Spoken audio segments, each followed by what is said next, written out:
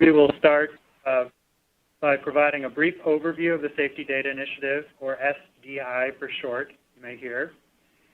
Next, we'll provide an overview of the Notice of Funding Opportunity Solicitation, or NOFO for short. This will be followed by a series of short presentations to introduce you to the SDI Beta Safety Tools, or Category A tools in the language used in the solicitation.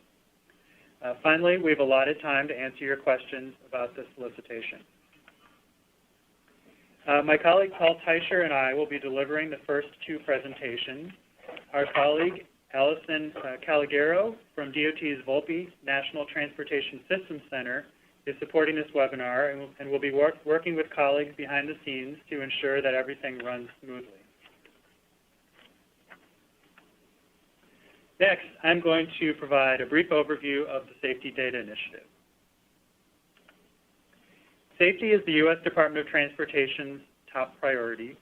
Our DOT strategic plan begins with our safety goal, which focuses on taking a systemic safety approach.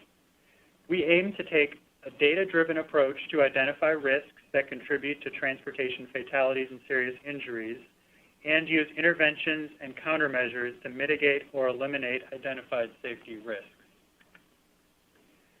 About 95% of transportation fatalities occur on our roadways.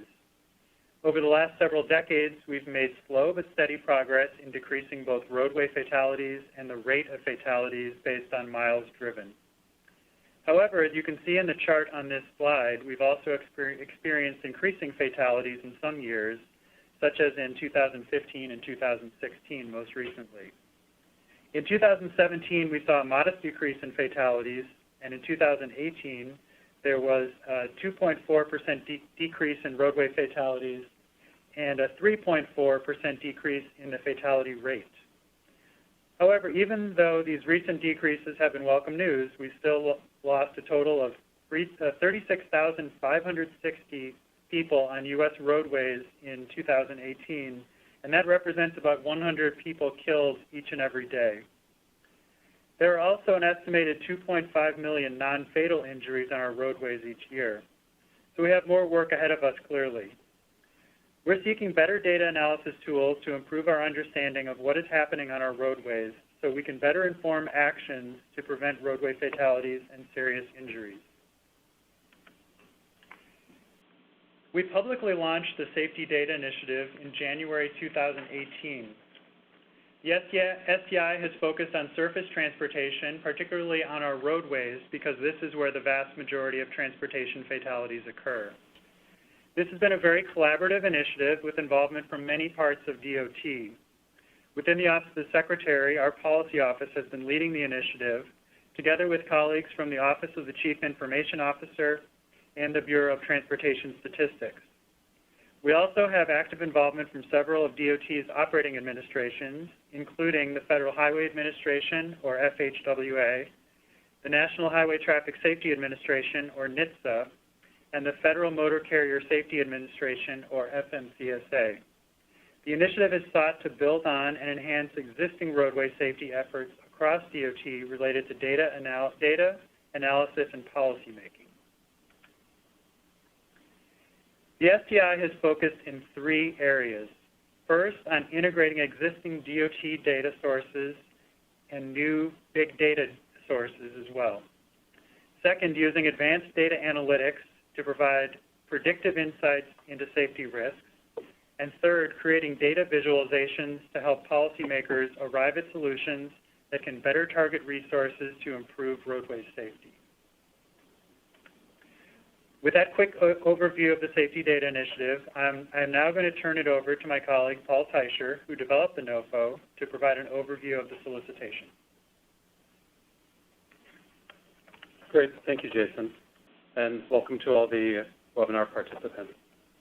For this part, we'll be talking about the solicitation. I will be providing some general background parameters about the Notice of Funding Opportunity. And we're going to have an opportunity to talk about some optional elements associated with it, as well as some of our Safety Data Initiative beta safety tools and some of the products that you could potentially choose in order to use and apply with for the solicitation. So some background. First, my name is probably familiar on the NOFO in that I am the federal agency official who is assigned to the grant, so you now have a voice to a name. A little bit about the background, that this is something that the Office of the Secretary has announced in collaboration with our operating administrations and other parts of DOT, and this is a one-time funding opportunity that's on grants.gov. For your convenience, I've sprinkled the link throughout this webinar to make sure that you're going to the right place. The purpose of the solicitation is for us to partner with governments, state and local governments, through cooperative agreements. These cooperative agreements will be developing partnerships that will develop, refine, and implement safety tools. These safety tools are meant to address a specific roadway safety problem, and the funding will be used to provide technical assistance to develop, refine, and implement that safety tool, as well as allow cross-collaboration through peer exchanges.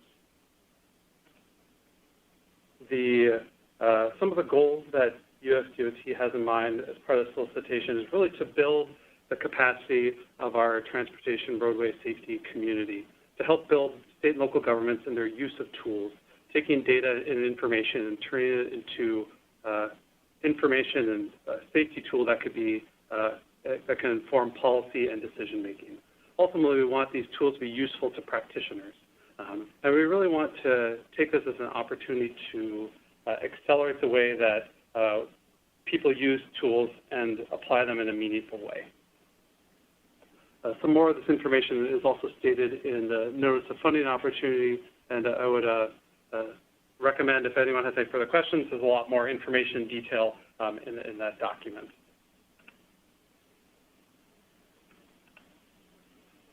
As part of the webinar, we want to give some helpful guidance in terms of what we might be looking for, and to provide a little bit of perspective so that you all are able to provide as robust of an application as possible if you choose to apply.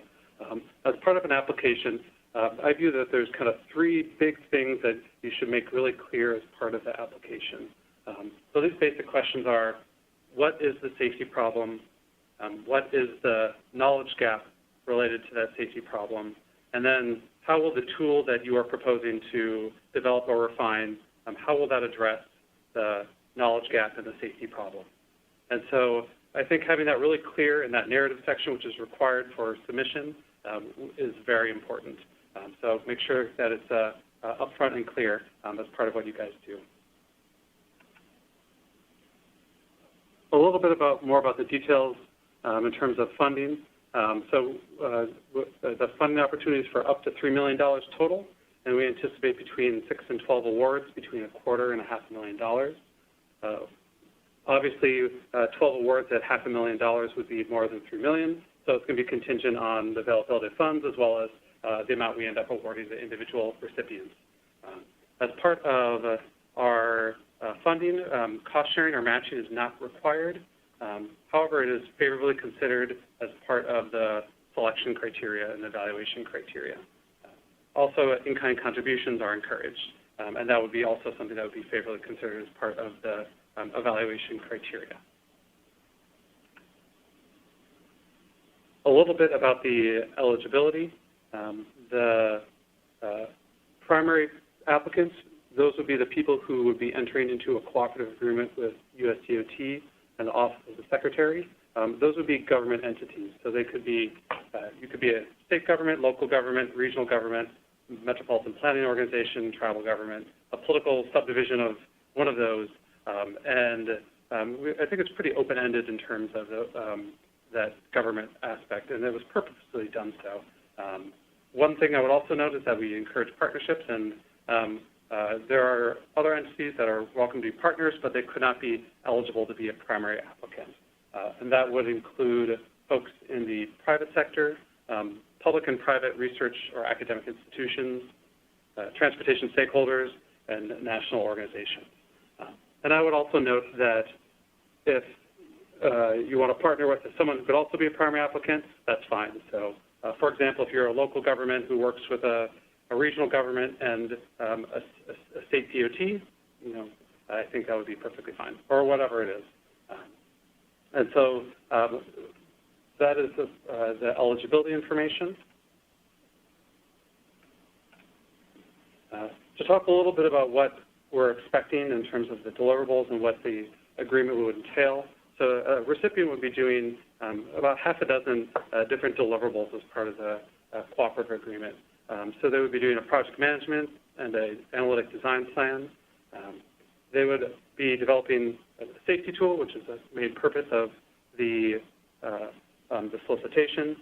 And then after that safety tool is developed, they would be doing a concise report and then providing documentation end products. So it would be code, software, whatever it ends up being, the tool itself. And then there also are going to be 2 in-person peer exchanges that is going to be part of the cooperative agreement. More information about those deliverables are in the solicitation, and you can look at the notice of funding opportunity and kind of see in detail what the expectations are for those. One thing I would note that's a little bit different than the typical federal government cooperative agreement is that we've instituted a pay-for-performance model. So when we enter into a cooperative agreement with someone we award the funding to as a recipient, we don't actually give any of the funding up front. We provide funding after the deliverables are completed, reviewed, and accepted by OSD.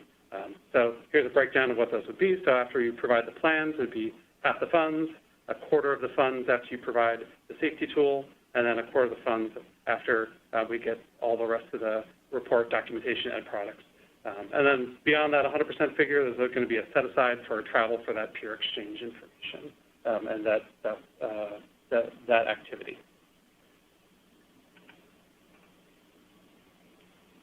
A little bit about the evaluation criteria. I would note that each one of these has specific elements that are located in the solicitation. You should take a look at those as part of your application before you submit it to us. As part of it, I wanted to provide some, hot tips as ways to think about things you should consider when you deal with the evaluation criteria. I would also note that the 5 criteria we have here are in order of most to least important in terms of how we're going to evaluate applications. So first and foremost, technical merit. I think one thing that is worth mentioning and important for folks who are applying is that we're expecting the period of performance to be relatively short at 1 year. And so proposing something that's going to take a decade might not be particularly fruitful. So it has to be something that be doable and achievable within a 1-year time frame. The criteria potential for use is that something that when doing the application you should consider who's going to be the practitioners or the users, the intended users of the tool, and making sure that you describe exactly who's going to be those users. Also, it's important to describe the implementation strategy, how once everything's done, how it's going to be put out into the wild into practice. For the evaluation criterion potential for replication, one thing to note is that one of the things that USDOT is interested in is getting the blueprints of all the good work that you all are doing so we can scale and replicate it elsewhere in the transportation safety community. As part of this, we expect folks to build, enhance their state of practice, and we want to be able to share that information with others to the extent that it makes sense. For the potential for replication, that's kind of where that one goes. And so as part of the application, being clear about, in the end, what you would deliver to USDOT is important. So what is kept by the recipients or the partners, what is provided to USDOT, and what would be potentially available, or what would be available to the public.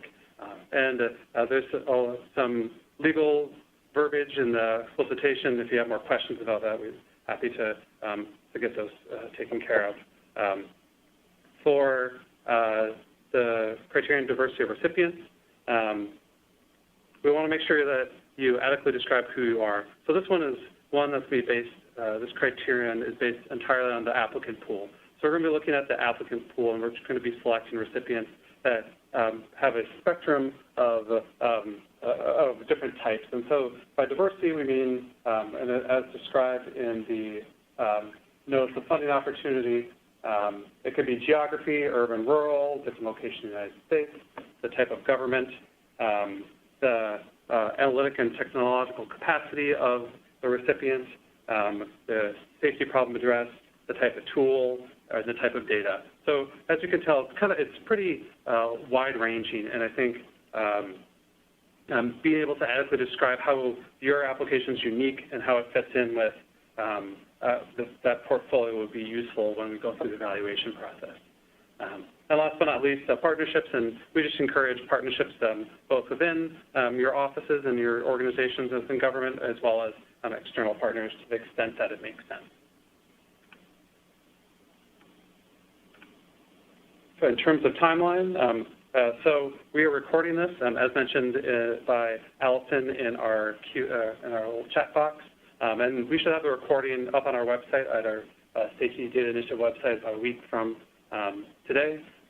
The questions, if you have any that are not addressed today, you have an opportunity to send us written questions that we will go ahead and answer. The due date to do so is December 10th.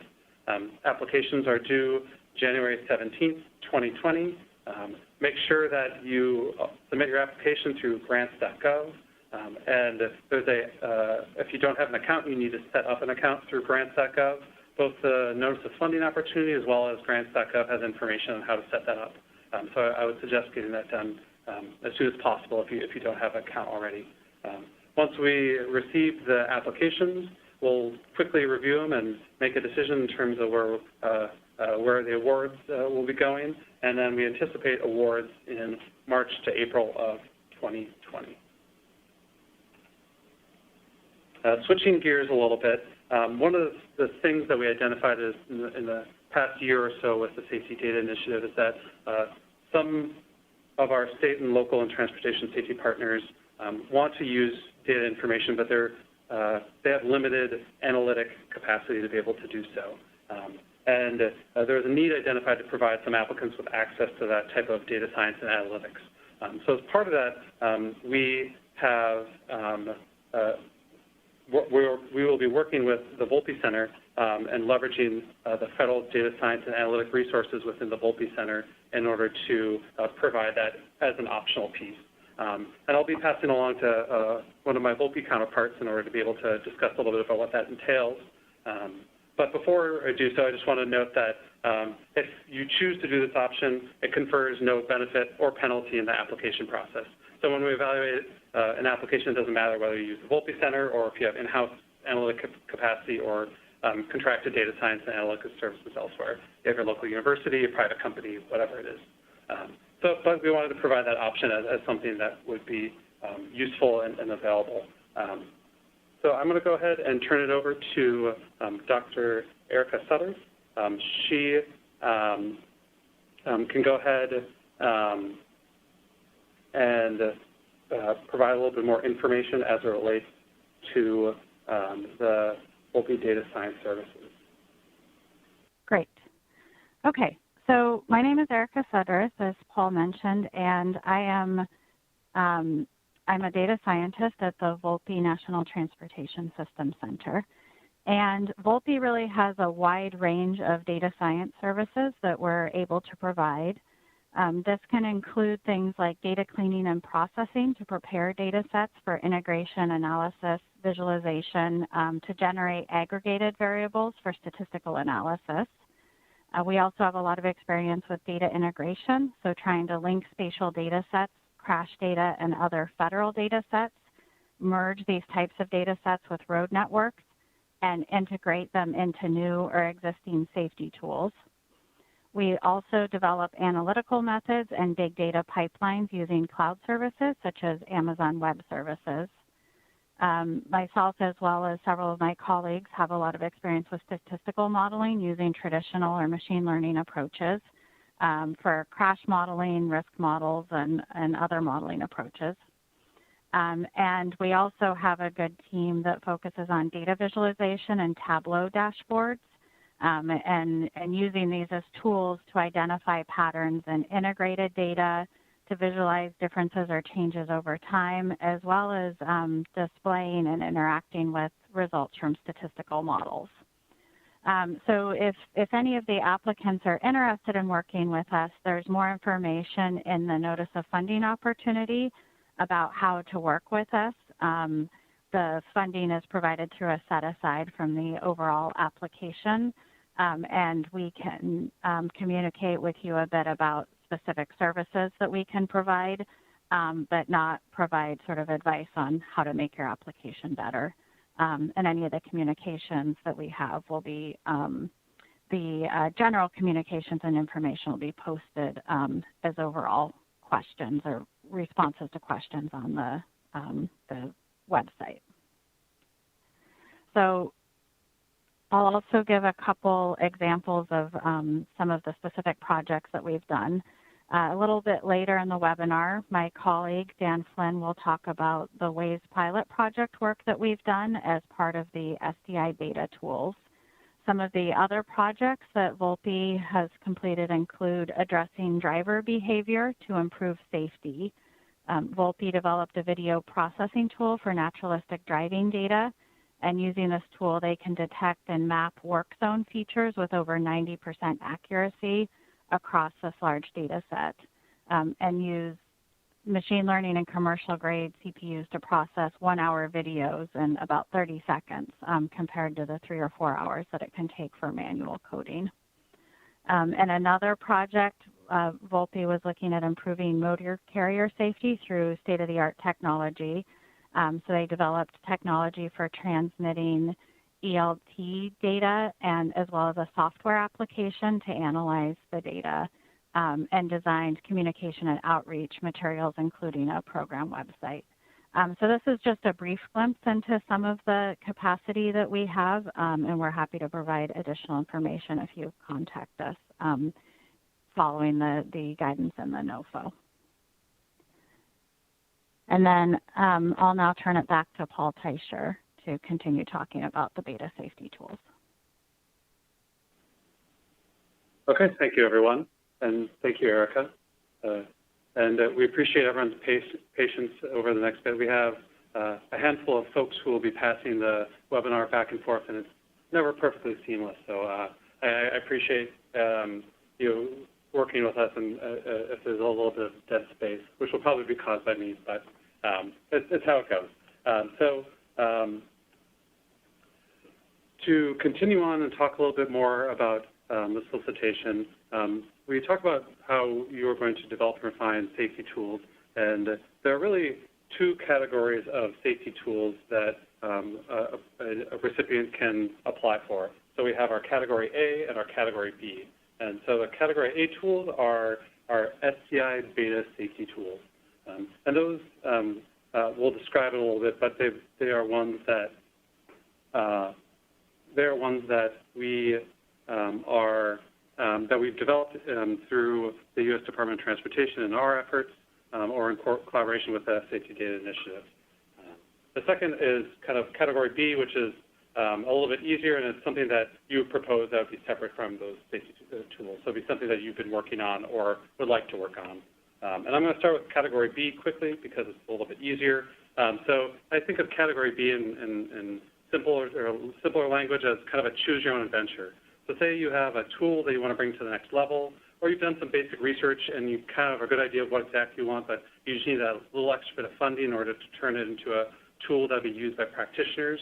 That would be something that Category B would fit under. And that would be something that you would propose and you would apply and provide the information on what it looks like. And I think it could be a range of as long as it addresses the criteria and the way it addresses a roadway safety topic, I think the type of safety tool could be pretty broad in scope in terms of what is acceptable. In terms of Category A, as I mentioned before, the Safety Data Initiative did a series of beta safety tools, and through some of our efforts at the department and through the SDI, we have 6 different beta safety tools to further develop and refine. And so the idea would be doing a derivative product or one to implement in your jurisdiction. And the idea would be to modify and expand it to fit your needs and have it be an applied use case.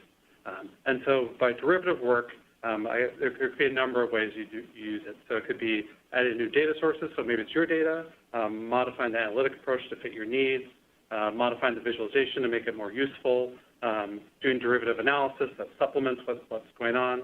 And as part of these safety tools, we have 6 different ones, and we actually have folks who are going to do kind of a 5-minute sales pitch lightning talk on their tool. And we're going to have more information. We have more information on the tools on our website. We'll have, I think that we'll have recordings of doing the demos on our website. We have videos for some of them. We also have tools that are available online that you can play around with. And so we'll have as much information on our website. So if you have curiosity about those, we'll have the contact information that's on the agenda, as well as a lot of information on the website. And so to start things off, we have our 6 tools, and we'll just go through them, and we'll have about 5 minutes each for every tool. And I'll go ahead and introduce the first person. So this is Professor Mohammed Abdelati from the University of Central Florida, and he will be talking about the real-time crash risk visualization. And I'll go ahead and kick it back to Allison so she can have Mohammed provide his talk. So our tool was, thank you for the invitation, and our tool was part of the challenge, the safety visualization challenge. I will provide 2 minutes very quick overview, and then there is a short video demonstration, and then there is a complete video demonstration about 10 minutes that will be on the SDI website as well as my personal website. The tool that we have developed is actually 3 main sections. I'm going to focus today on 2 of the sections. The first one is a real-time application for operators, and there is a more long-term section for decision makers. The first slide I'm showing shows the data that has been used in developing the tool, and on the left side, you can see mostly the traditional data sources, such as the crash data, violation data, the CMS clearinghouse, US Census, etc. The more innovative part is the right side, which is the real-time data that we have been getting streamed from the field MVDS system, loops, AVI, SPAT, ATSPM, signal data, as well as floating cars, such as shuttles and buses, etc. There is social media data also integrated, and there is also real-time weather data integrated. So quickly, the operator side, which is real-time, all this data is coming to our lab, being screened, being manipulated, and then fed into real-time models that are giving us real-time risk estimation on our network, as you can see on the screen. You can see also another screen here showing also we have a connection to the CCTV in the field. We have also a location of the severe crash potential, all this in real time. We have different visualization tools. We have an AI system that is providing in real time potential ITS solutions such as variable speed limit solutions or queue warning, etc. This is what's happening in the background, different models and ensemble of models that are giving us crash risk estimation. The second section is for decision makers, and you can see the different layers of data and visualization that we are providing, from network screening to suggestions by for crash modification factors, for more temporal macro level type analysis. You can see here some of the screens of the output, and basically, machine learning and AI is being running in the background to give the operators and the decision makers real-time suggestions and solutions and long-term solutions. For the sake of the time, if Allison, you can please play the couple of minutes video. And again, for more information, my contact is there, and there is longer and more detailed demonstrations and videos for the system. Thank you for your attention.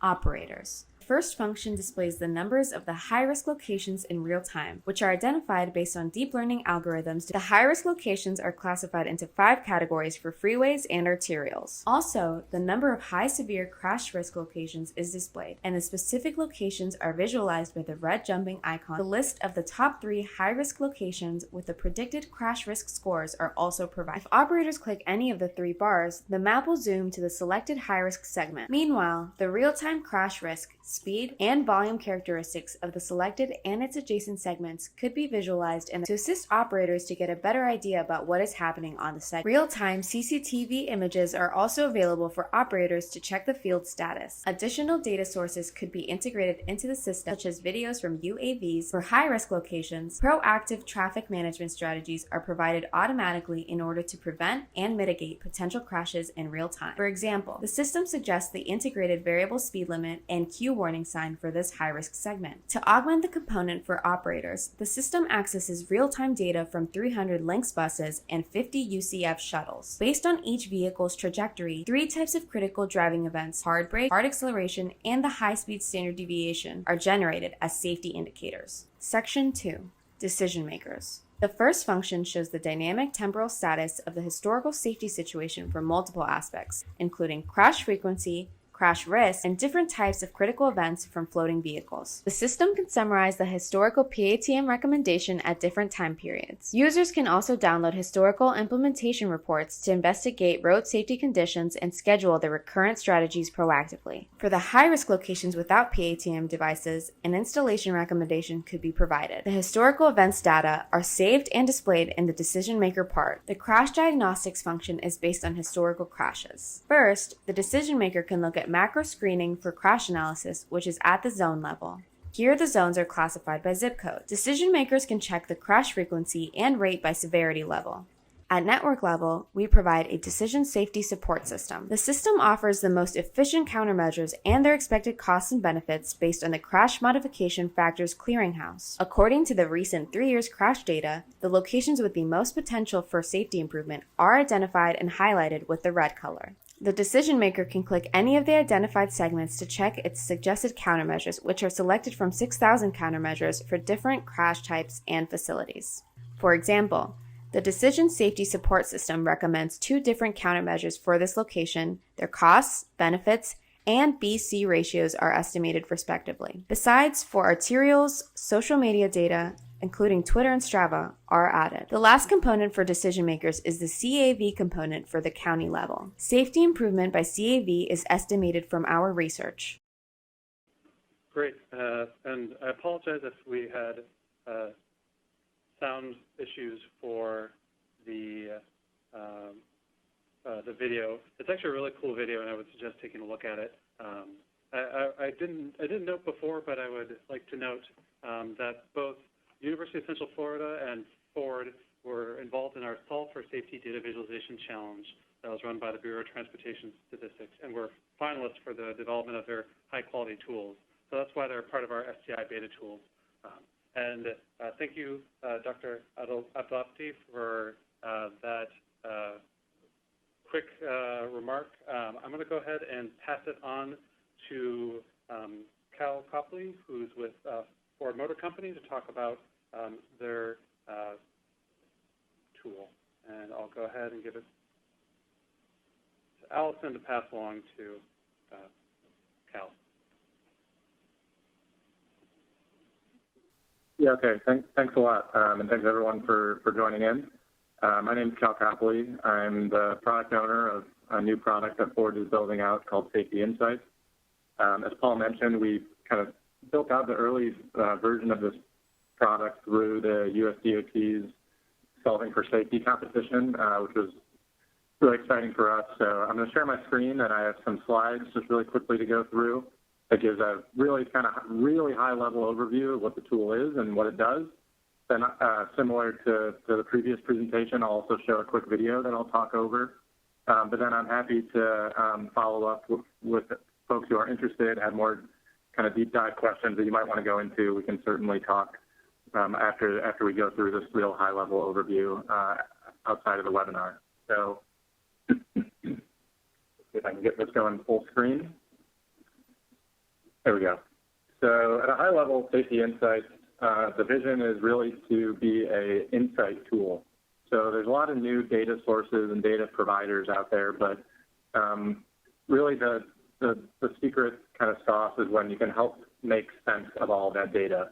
How can you generate insight that's meaningful to really move from, this data deluge and overwhelming kind of all these different data sources and data points to actually make, refine that down to a point where you can generate insight that drives decision making. And for us, within the Safety Insights team, the focus is of course on safety. So how can we build a tool that helps generate insight around transportation safety in particular? So the way that we, at a high level, describe the tool is really three main pillars of functionality. So the first is just the ability to visualize all sorts of different data elements. That includes things like crash data, roadway infrastructure data, and then we're also bringing in Ford's own connected vehicle data within one application. But then that can quickly become overwhelming, right? How do you make sense of all this information that you're seeing at the same time? And that's where the second kind of main pillar comes in, the ability to identify hotspots or problem areas. With the click of a button, we've automated some network screening algorithms within our tool to allow you to identify those problem areas. It's all dynamic based on the subset of data that you may have chosen. And so we quickly kind of allow you to identify those through the tool. And then we have the third main pillar, which is, okay, so I've looked at some data, I've identified some problems. What do I do about that? How do I move from problem identification to solution identification? And that's where this third piece comes in. We're pulling in information from the CMS clearinghouse for thousands of different countermeasures, and we allow you to simulate the predicted impact of implementing any of those solutions at any particular location of interest. So we dynamically calculate things like the predicted crash reduction, cost savings to society, and allow you to calculate ROI, time of return, different factors like that. So that's really the high-level overview of the functionality within the tool. Really quickly, wanted to touch on some of the data elements. So the crash data and the infrastructure data are really the key kind of foundational pieces for any safety analysis tool. But what we're bringing in, some newer data elements, are cell phone data and connected vehicle data. So we're partnered with a third-party data provider for the cell phone data piece. What that includes is aggregated and anonymized movement pattern data, so you're able to understand things like origin-destination patterns and volumes of travel. And then for us from Ford, we're really excited about the opportunity around connected vehicle data. So again, that's aggregated and anonymized data elements to provide insight around things like where there are harsh braking events or hard acceleration events, traction control, forward collision warnings, ABS activation, lane departure warning. There's a rich potential around what might be possible via connected vehicle data, and we're really just starting to scratch the surface. So this is actually a really exciting opportunity to potentially partner with folks to look into what might be valuable insight we can generate from that data. So I'll stop with this slide here, and then again, I have just a brief 90-second video I'll show that shows the tool in action a little bit more, but I'm excited to hear from you all who might be interested. Let's definitely, feel my contact info is here. We also have our webpage, safetyinsights.ford.com. Feel free to reach out with questions you might have. I'm happy to talk deeper. This is definitely just a high-level overview, but I'm curious to hear what you all are interested in terms of how we can expand and enhance the tool. So with that, I'm going to stop sharing for a moment and then just bring up a video really quickly that I'll just talk over. Again, it's just about 90 seconds or so. Okay, so you should be able to click on View Full Screen on your own side if you want to. But so this is just a quick video showing the tool in action. So you have the ability to add in crash layers and filter down based on specific crash factors or types you might be interested in. And then we also have some additional filters like time and geography, road ownership, and other things. So right now we're filtering down to a specific county of interest.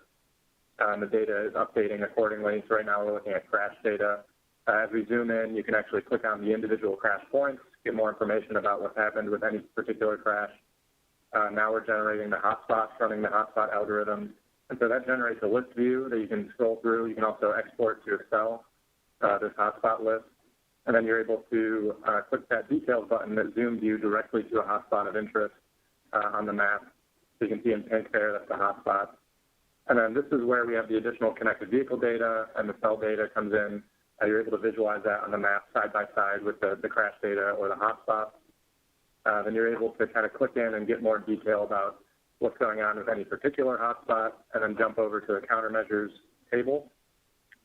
This is where you can filter down and search through all of the potential countermeasures you might be interested in, get some information about what the predicted impact would be if you implement some of these, and then you can actually generate an automatic report that summarizes the changes you might want to propose and gives kind of a real quick overview of what the predicted impact would be.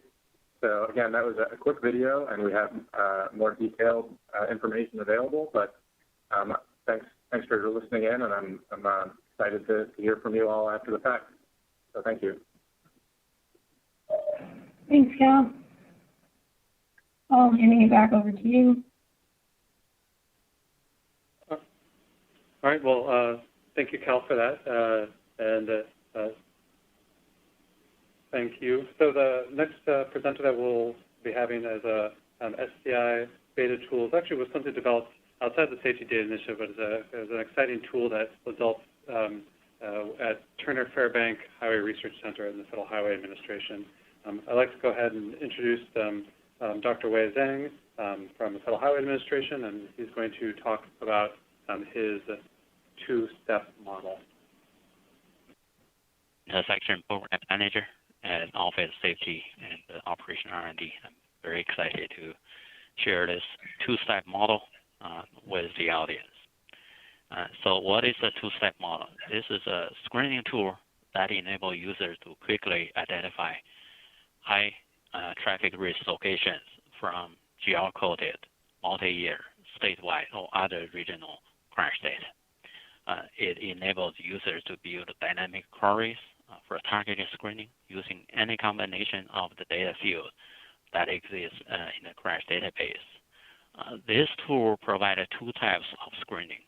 One is by crash count, another is by crash cost. By crash cost is for each crash, there's a severity, there's a number of people involved that is usually documented in the crash data. And with that information, you can compute each person killed costs $4.5 million. So you add up this cost for the people injured in each crash, you can come up with a crash cost. This is a very effective way to identify true high-risk locations because it's considered crash severity, the number of people involved in the analysis. Okay. So what's the requirement? This is a very powerful, very portable, but very powerful tool, I think. Requirements very low. Okay. Any Windows operating system can run this system. For crash data, all we require is each crash record has latitude or longitude coordinate, geo-coded crash data, consistently coded multi-year. Okay, and you can do crash screening by crash count if you have this information. If you want to enable screening by crash cost, then you must have crash severity and number of people involved in the crash data. Okay, so now I would like to do a demonstration of the tool so that you have a feel of how this tool works. And these are all the files included in this tool. This is the executable file with just library file with a bunch of resource files. And you are also going to see a sample data set from the state of Virginia. This is a 4-year statewide crash data, including about 500,000 records. And you're going to receive a zip file. You unzip it, put it into any folder. It doesn't need an installation, and you can run from any folder. When you start this tour, you're going to see a map of the United States. And the first thing you do is to import data. And here, the import data in the same folder. If the import data in a different folder, you can use this screen to navigate it to different folders. And once you read in the data, it will, based on the minimum and maximum GIS coordinate, it will zoom into the area of the region. In this case, it's the state of Virginia. It's zoom into this area. And you're going to see a couple of buttons, command buttons. And you can use this show crash button to show these are all the crash data. Okay, turn this on, turn this off. The two mode of screening, one is by crash count, one is by crash cost. I'll just show you the by crash count. And this function, basically the first step, it divided the entire state or entire region into 15-mile by 15-mile grid. Count the number of crashes in each grid, display the number, and rank them in descending order, and apply color coding. Okay, the red colors are the top 5 regions, and the yellow color top 6 to 10. The remaining are in green. Okay, this color coding, the size of the grid, these are all customizable. The user, you can change the size of the grid. You can change ranking. If you want to display the top 7 in red, the number 8 to number 14 in yellow, and you can just do that dynamically. Okay, and then the next step, you choose any of the region. You zoom in, and the second step, you basically do the same thing.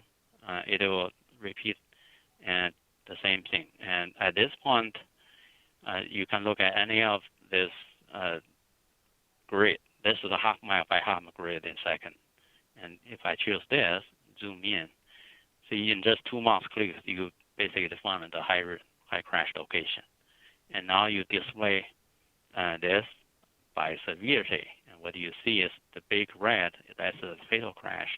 The big yellow, these are serious injury crash. And so there's different. So this half-mile by half-mile area, basically in 4 years, you have this number of crashes, probably more than 400 crashes. Okay, and you can look at them by year. Okay, or by other factors. Okay, so that you can see whether there's 2012, whether there's any pattern involved. Okay. Okay, now go back to all. And at this point, there's a view data function. You click this function. What it does is query out all the data within this half-mile by half-mile area displayed here. At this point, you can copy and paste data into your spreadsheet or SAS or as any analysis tool to do more detailed statistical analysis. Okay. Now let's go back. 1 minute left. And another way to do it is to do it by crash cost. And look at the grid. If I do it by crash cost, it is going to change slightly. Okay. In this case, because we consider number of people involved, number of the severity, this is a better way to identify the true high crash location, high risk location. Okay. And the last time I showed you, you choose one, but if both, I can choose both. This is, you can do this and zoom in. Now this is the area. So you see that it's just that quick. You can identify the high risk location. This is a half-mile by 1 mile area. It shows you the roadway that has safety problem, the intersections that has safety problem. Okay, and so there's a street view function here. It's temporarily disabled because Google in 2018 started asking to provide accounting code. And if you have accounting code, and it will allow you to access Google Street View.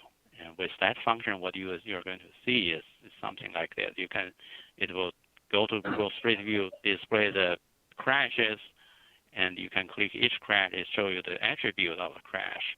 And you can also do some kind of visual analysis, basically look at the location of the crash relative to pavement marking, to other roadway geometry features. Give you a better hint to analyze what may be the cause and root cause of the problem. And this tool also includes a query tool. You can data filter, you can add a query. It gives you access of all the data fields in the crash database. You can virtually build unlimited number of queries. You can analyze data. You can look at a fatal crash, serious near crash only. You can analyze vulnerable road user crash only, crash on state route, on local route, crash in a particular county or city, and anything you can think of. Okay, so that's all this basically from historic data tell you. Time, will you wrap up, please? Yes. Can you wrap up, please? Okay. Combination with other tools this is to identify crash location. You can also use the knowledge gained from here to do crash prediction. For example, if I know certain location I know the crash and day of week, time of day is crash, and if you happen to have permanent traffic monitoring station there, this is just give you an example. For example, this is a permanent traffic monitoring station. When there was a crash between 10 and 11 a.m. Okay, when there's no crash, these are the speed vehicles they mostly travel. When there was a crash, their speed reduced. They all travel at lower speed. And if you look at the speed, the flow distribution is something like this. So you.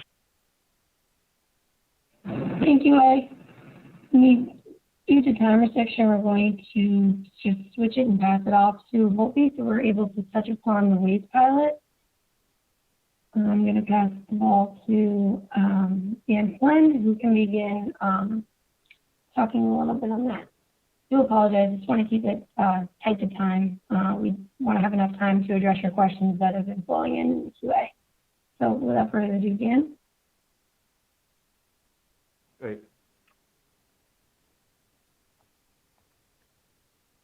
All right, thanks everyone.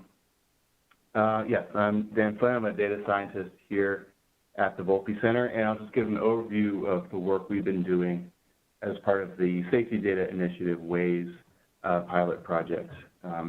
So as previously, we went over the initial phase of the Safety Data Initiative was to integrate traditional and novel transportation data sets and apply advanced analytical tools and use compelling visualizations to help better identify safety risks. For this pilot project, we worked with crowdsourced traffic incident data provided by the Waze navigation app via their Connected Citizens program. We integrated these data with traditional data such as road functional class, historical crashes, weather and census data, and we set out to do two tasks. First was a research phase where we developed statewide indicators of police reportable traffic crashes from the crowdsourced data. And then we took that research and developed two applications. The first was for a state agency with the Tennessee Highway Patrol. There we modeled crashes to help better allocate their state troopers for enforcement purposes. And second, for the city of Bellevue in Washington, to support their Vision Zero action plan. So I'll just give an overview of this, both the research and the applications.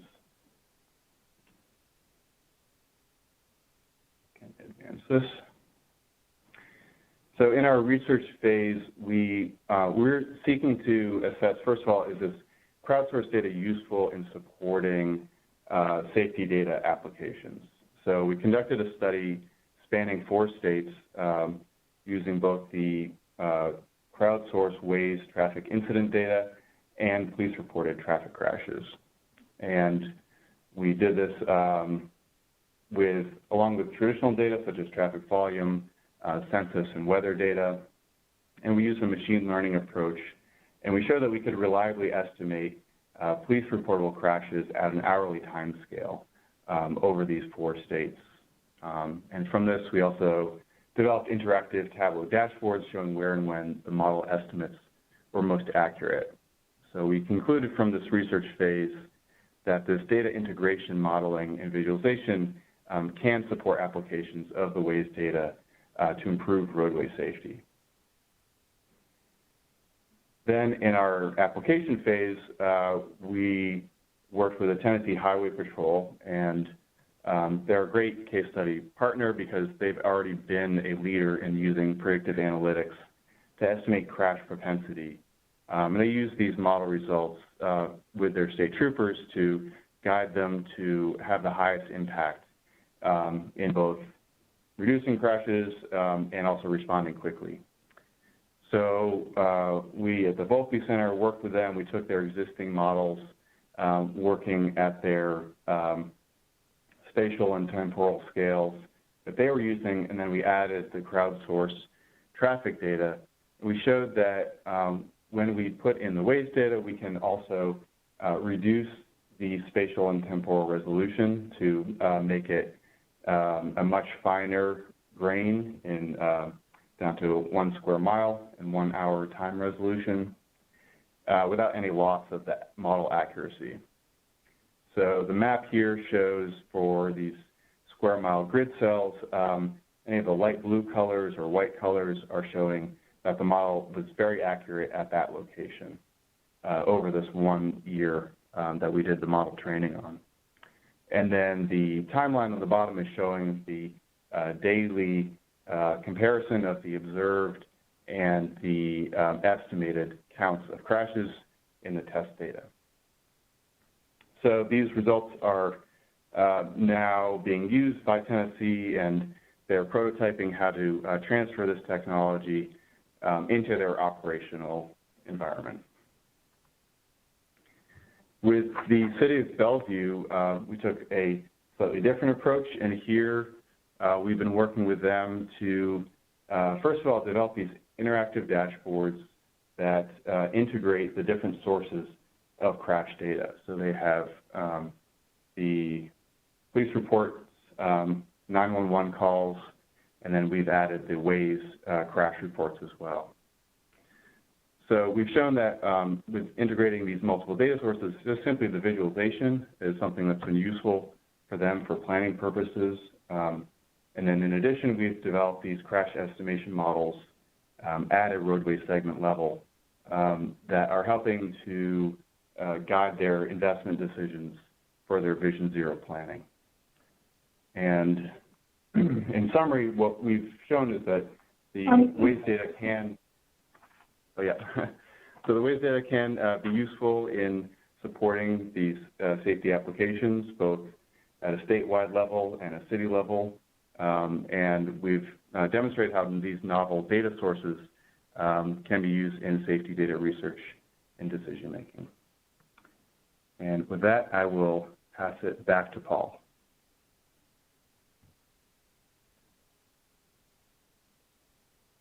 Thanks, Dan. Passing it to Paul. Paul, you're all set. Great, thank you. And thank you to Mohammed, Cal, Wei, and Dan to talk about their different tools. So we've talked about 4 out of 6 of the STI beta tools, and I will be talking about the remaining 2, and we will still have plenty of time for Q&A, though we're running a little bit behind. We appreciate everyone's patience for that. And as you have questions, go ahead and put them in the chat box so we can get them prepped or answer them directly. Just to note for availability that the UCF and Forward, you could get examples of this through videos, through our website, or and as well as their information. You can also reach out to them directly for to get more information about their tools. The two-step model we plan on having posted on our website. You can also reach out directly to Dr. Zhang. For the Waze, we have a number of information that's archived and available that we publicly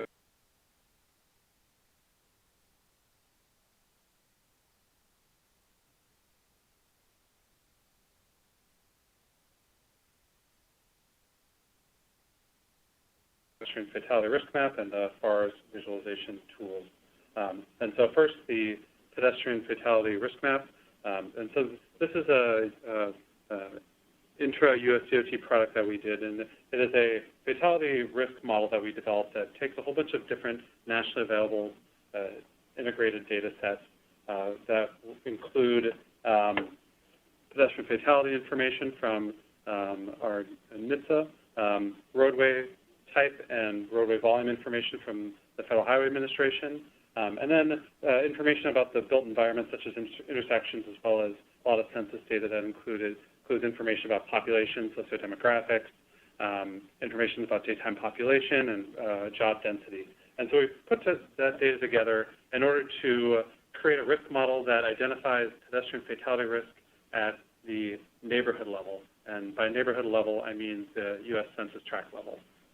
And so we developed this, and through the risk model process, we actually had it peer-reviewed in Access Analysis and Prevention.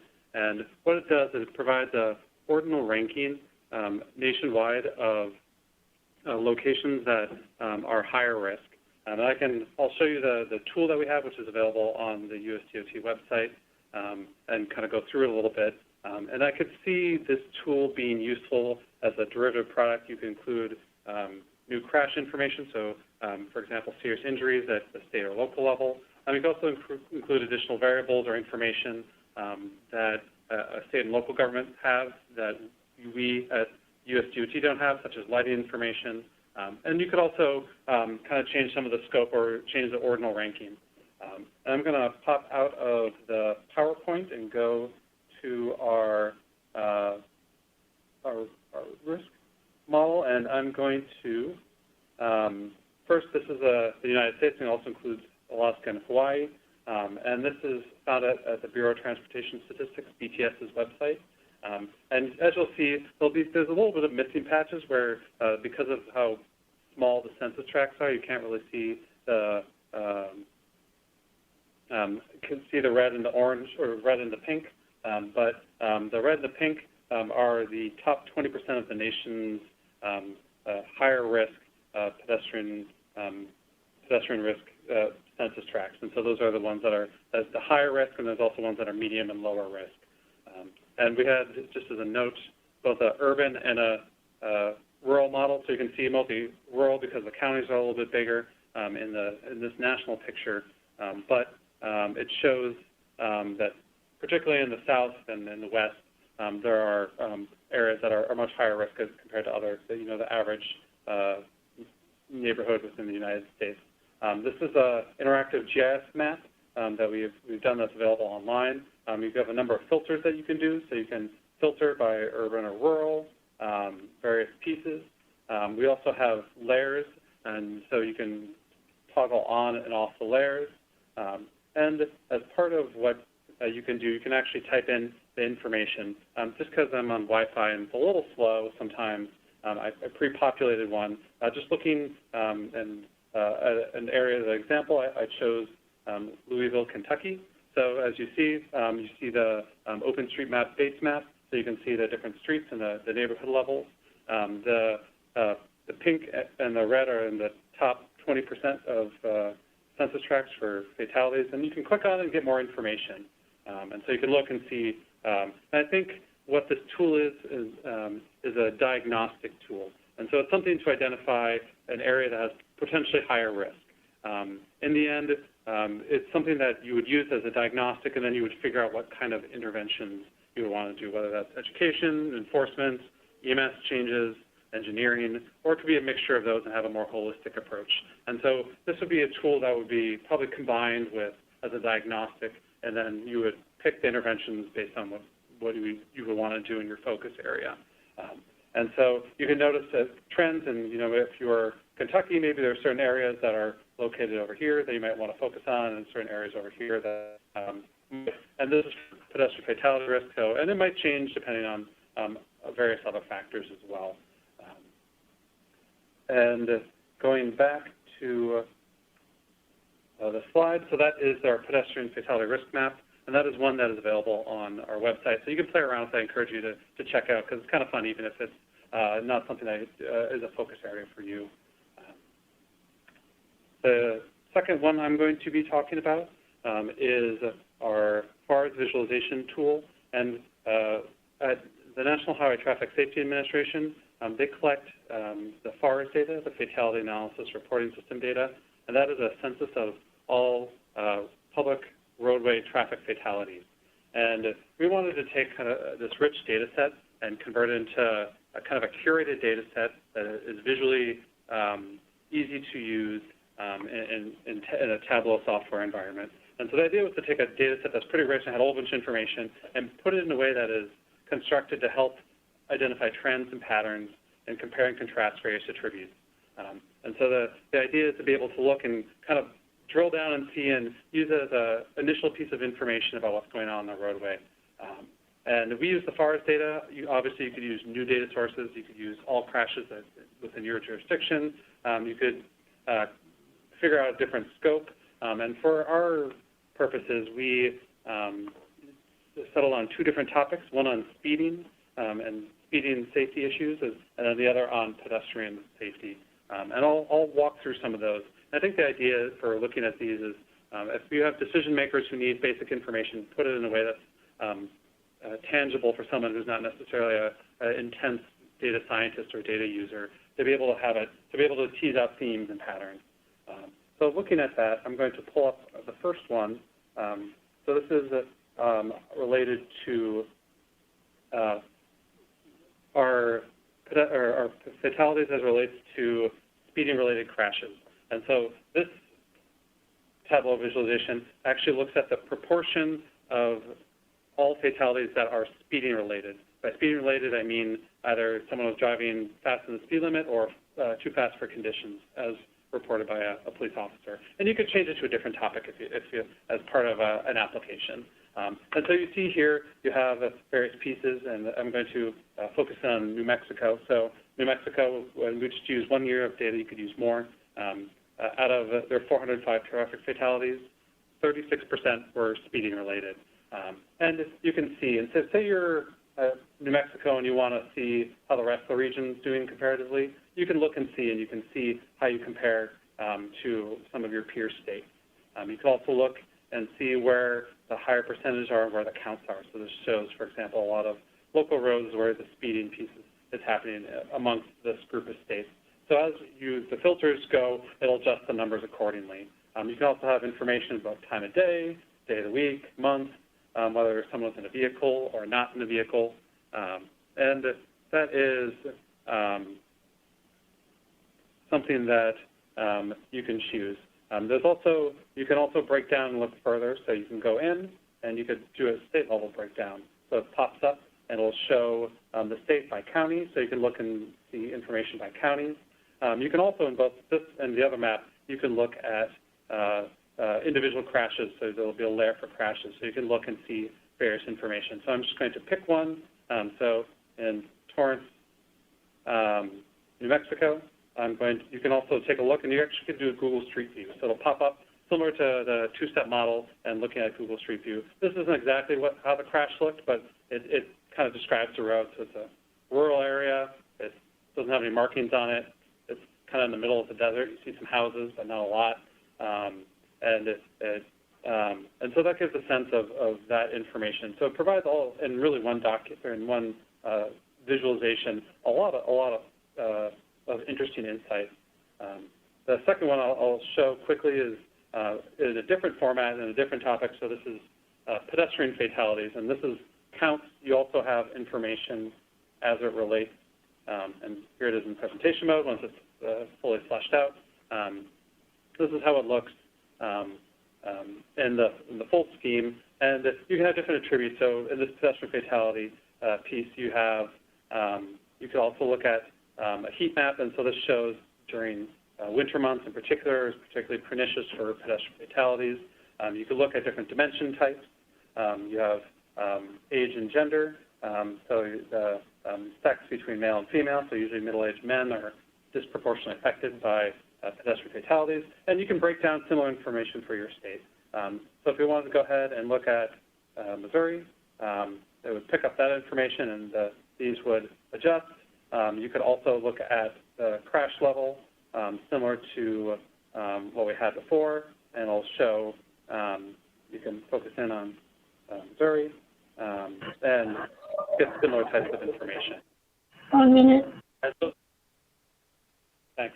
And so I think that kind of shows some of the potential functionality. And obviously it has less sophistication. It's more descriptive statistics, but it has some visually compelling components that I think are worthwhile and potentially worthwhile, depending on what your user needs are. With that, I'm going to go ahead and go back. So those were the 6 beta slides. And we have time for Q&As afterwards if we want to go ahead and address those. So at this point, that is what we have for the STI safety beta tool. And I know we've been getting some questions from the chat box. I think we've teed up a few, so my colleague Jason and I will kind of talk through some of those questions, and as they come in, we'll go ahead and address them. Okay. So we've been trying to answer a number of these questions in the Q&A pod as we've been going through the webinar presentations, but we've got several others that have been queued up, and I'll ask the first one to Paul. Do you have recommendations on which tools would work best at certain levels, such as cities, counties, MPOs, or states? Also, does each tool have a list of the core base data that would be needed from a jurisdiction to make the tool work?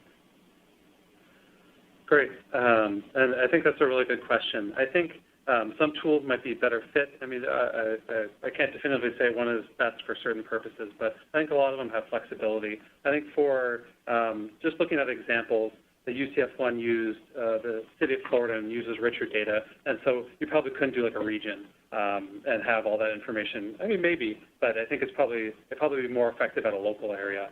Ford Motor Company looked at, I think, a region, the Detroit region, as part of what they were doing. The two-step model looked at statewide as examples of Virginia, but he also drove down to Northern Virginia. In the Waze one, we looked at both a city as well as a state, and so I think that has flexibility depending on jurisdiction and what the research question is. And I think ultimately it depends on the safety problem and the research question. Some might be better apt and more appropriate. I think more importantly, sometimes it depends on what your safety needs are, what your information needs are, in terms of which tool might be most effective.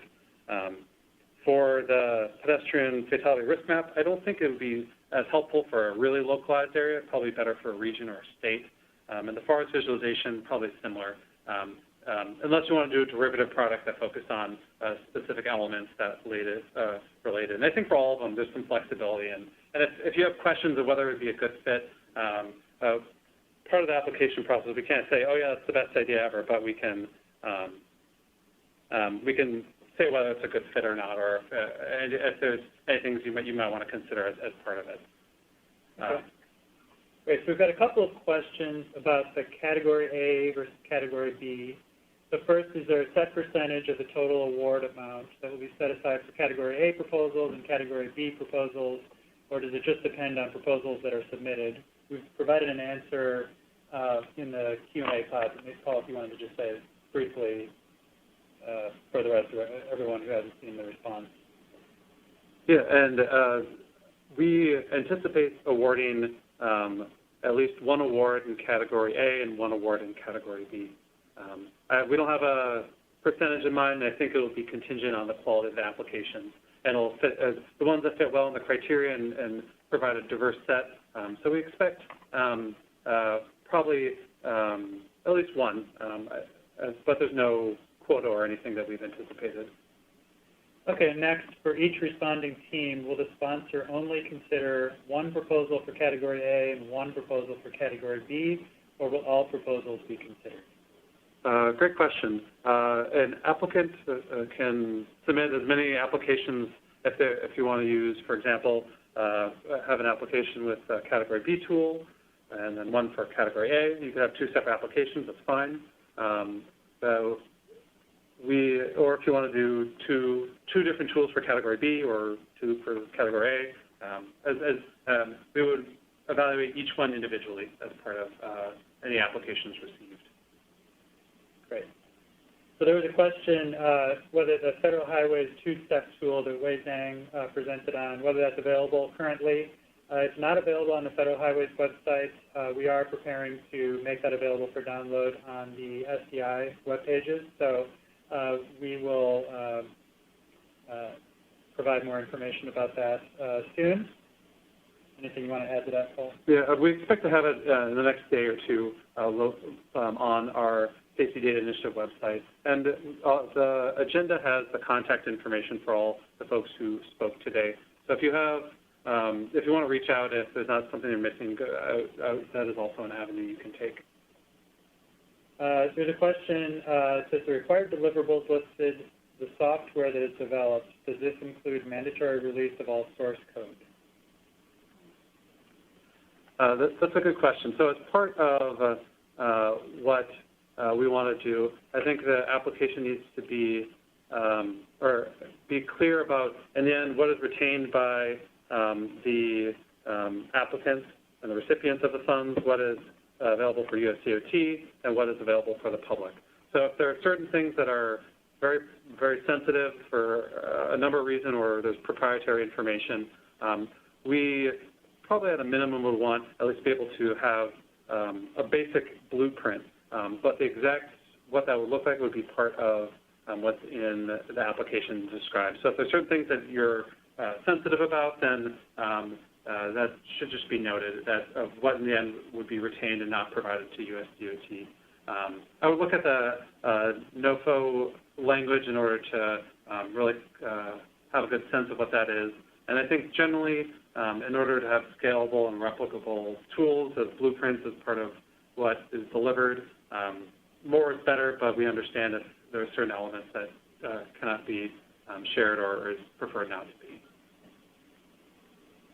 Okay. There's a question, are the Category A tools source code available to us for local implementation, or are applicants supposed to partner with developer companies and agencies to implement them? Great. So it depends on the situation. So the first two, the one by University of Central Florida and by Ford Motor Company, those are software that they have developed and tools they've developed, and you would be working directly with them. So Ford and UCF would be partners as part if you wanted to use one of their tools. For the other ones that were developed, they're all developed in the public space, and we have information that could be provided. Perhaps it depends on what it was, but we would be able to provide, to the extent that it's available, source code information that's open to the public. And so I know that, for example, the FARS visualizations, the Tableau workbook, all the FARS data is online, and we would provide, for example, if you want to use Tableau as your software as a derivative product, we could provide all the steps that we took and some of the tricks that we did. We could provide some of the data for the pedestrian fatality map, and for the Waze, we actually have a GitHub that has some of the information that's available. So I think it depends on the tool for the public one, but generally we would be able to provide enough information or to be able to do a derivative product. And if you have questions on whether that's the case or not, we could have a separate conversation on that. Next question, will the Category B cover any salary costs? So the way the funding works is a cooperative agreement, and it's irrespective of, I guess, what the salary is. So we provide funding for once deliverables are received and accepted. So as long as it would be up to the applicant to how you want to spend those funds. I imagine some of them are going to need to be sent for the tool development and can't all be used for salary, but I don't think we expect the funding that we provided through a cooperative agreement that would be up to the discretion of the primary applicant how that's used in order to achieve the objectives and deliver the deliverables. Okay. Question here, can we use this funding for developing solutions that have a hardware component along with software components? I would say yes. Generally, I think just being clear about it at the end, obviously if it's hardware, it might not be provided to USDOT, but if it's something that's generally applicable that multiple jurisdictions are doing, or maybe it's something that's useful for you, then I think that would be possible. I would just be clear in the application in terms of what the different mechanisms are that are going to be employed as part of the application and the tool development and refinement. Paul, there was a question, if you could elaborate on quote-unquote knowledge gaps. Are these funds intended for experimental treatments versus proven safety countermeasures? Yeah, so the way I think of knowledge gap, and maybe I'll provide a crude example. So say I'm a jurisdiction and I have a alcohol impairment problem, but I don't know where the alcohol impaired crashes are occurring on my network or on my roadways. I don't know who those people are. I don't know if they end up having DUIs in court, if they get pulled over and arrested. And so the information, the safety problem would be the alcohol impaired drivers. The information gap is knowing who, what, when, where, and why. And then the tool could be, and I'm just spitballing, something that provides a geospatial location of the crashes that's connected to information about court records and demographic information of the people who are stopped or have crashes. And in terms of using proven safety countermeasures versus treatments, we view this as providing information in order to help a policy or decision maker. So that would be the type of tool development we're looking for the funding. Okay. Maybe the last question since we're close to... Yeah, there were quite a few questions that have come in. We're not going to have time for all of them, unfortunately, but we will provide responses on the frequently asked questions page on our Safety Data Initiative web pages. So for anything that didn't get answered during this webinar, we will take a look at those and make sure that we provide responses online. So Allison, I noted that you said that there was a question that Erica could respond to. I'm not finding that specific question right now, but if you wanted to, Erica, if you wanted to take that one. Yeah, so there was a question about documentation on the video processing tool, and I will collect some of the research reports and contact information for the project leads and post that under the frequently asked questions. Okay, great. And so since our time is up, like Jason said, we plan on responding to all the questions. So if we didn't get to your burning question, we'll go ahead and be able to post it on our STI website. Again, the questions are due between now and December 10th. I encourage you to do so. If you have questions, we'll go ahead and post those and de-identify them and make them generalizable to the extent we can. And I want to thank everyone for taking the time out of the day to consider this solicitation and to hear about what we're doing as part of the Notice of Funding opportunity. I think we at USDOT are really excited with the opportunity to partner with folks. And are really looking forward to getting some strong applications to help advance this data practice. So we hope that you all received useful information today. And I guess, Jason, is there anything else? I know there was one question about contact information for the presenters. Did that slide make it up here? Can we put it back up with this map? Yes. So the contact information is on the agenda that's part of the webinar. We can go ahead and put that contact information on the website as well. I don't believe I have a slide handy that has all the contact information. Okay. With that, I think we're past the hour. Again, we appreciate everyone's time. Thank you so much for your interest. And we look forward to getting a whole bunch of really great applications.